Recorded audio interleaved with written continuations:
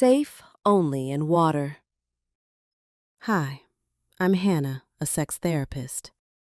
Every day I meet people who seem to have everything, but somewhere deep inside, their bodies and minds are muted. This is the story of Clara and Jacob. They walked into my office one afternoon. Clara, in her late 30s, looked calm but anxious. Her eyes carried worry and restraint. Jacob, kind but tense, had been struggling to understand why intimacy and sexual connection with Clara had disappeared. He began, "Hanna, I really don't understand what happened. Clara doesn't respond to touch or closeness anymore. It's like it's all gone." Clara looked down, hands pressed on her lap. "I only feel alive under the shower." A heavy silence filled the room. Jacob looked at me, trying to remain calm, but his pain was visible. I said, "Clara, can you tell me how that feeling comes for you under the shower?" Clara took a deep breath. "The water, it's like a safe bubble. No one can see me. No one can touch me.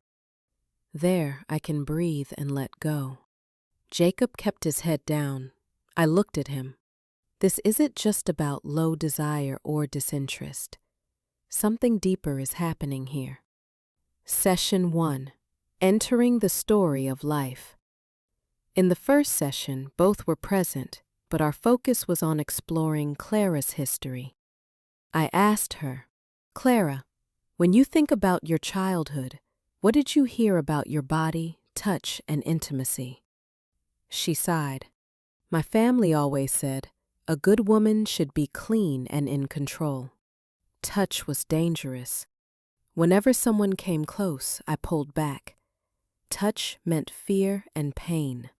I said, "Your body learned that touch equals threat, and now the only place you feel safe is the shower, under the water's pressure." Session 2. Exploring fears and memories. In the second session, Clara came alone. Her eyes were anxious but ready to be honest. "Hanna, every time Jacob tries to be close, my body tenses. I'm afraid touch will hurt, even if he loves me." She continued, "I know it's strange, but water changes everything. Under it, no one can hurt me or judge me." I said gently, "Your body is holding on to memories of past pain." Water became a shield, a space where pleasure and safety could coexist. She looked down, then sighed. "So, I still haven't trained my body to trust Jacob?" I nodded. "Exactly. And that's what we'll work on. Teaching your body that intimacy can be safe." Session 3. Connecting with feelings. In the third session, we focused on connecting Clara's body, mind, and emotions. I asked, "Clara, when you think of Jacob touching you, what comes up?" "Fear and shame. It's like entering a dark room unsure of what awaits." I asked, "And under the shower?" "Freedom and calm, like no one can judge me."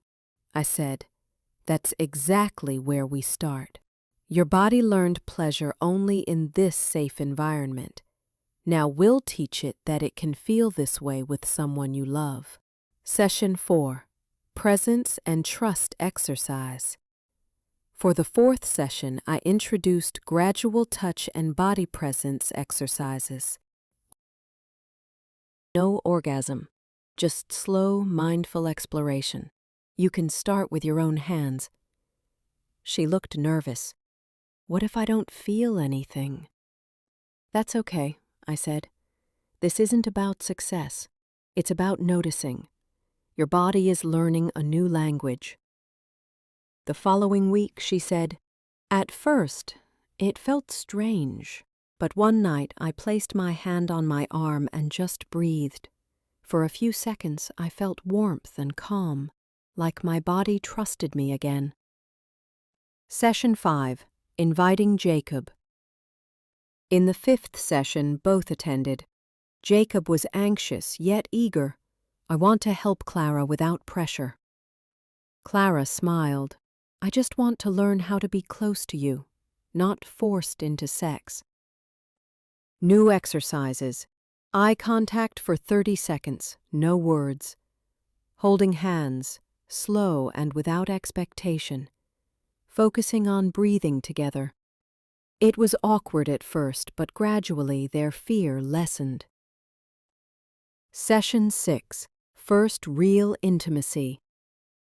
A few weeks later, Clara shared, "Last night, Jacob held me, no expectations, and I felt alive. The same feeling I always had under the shower, now with him."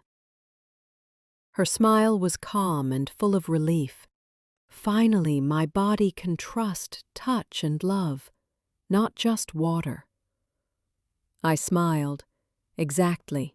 The sound of water was never in the pipes. It was in you. Healing. Over 3 months, Clara's body began responding differently. She associated safety with presence, being seen, not just with privacy. Her main issue wasn't low desire.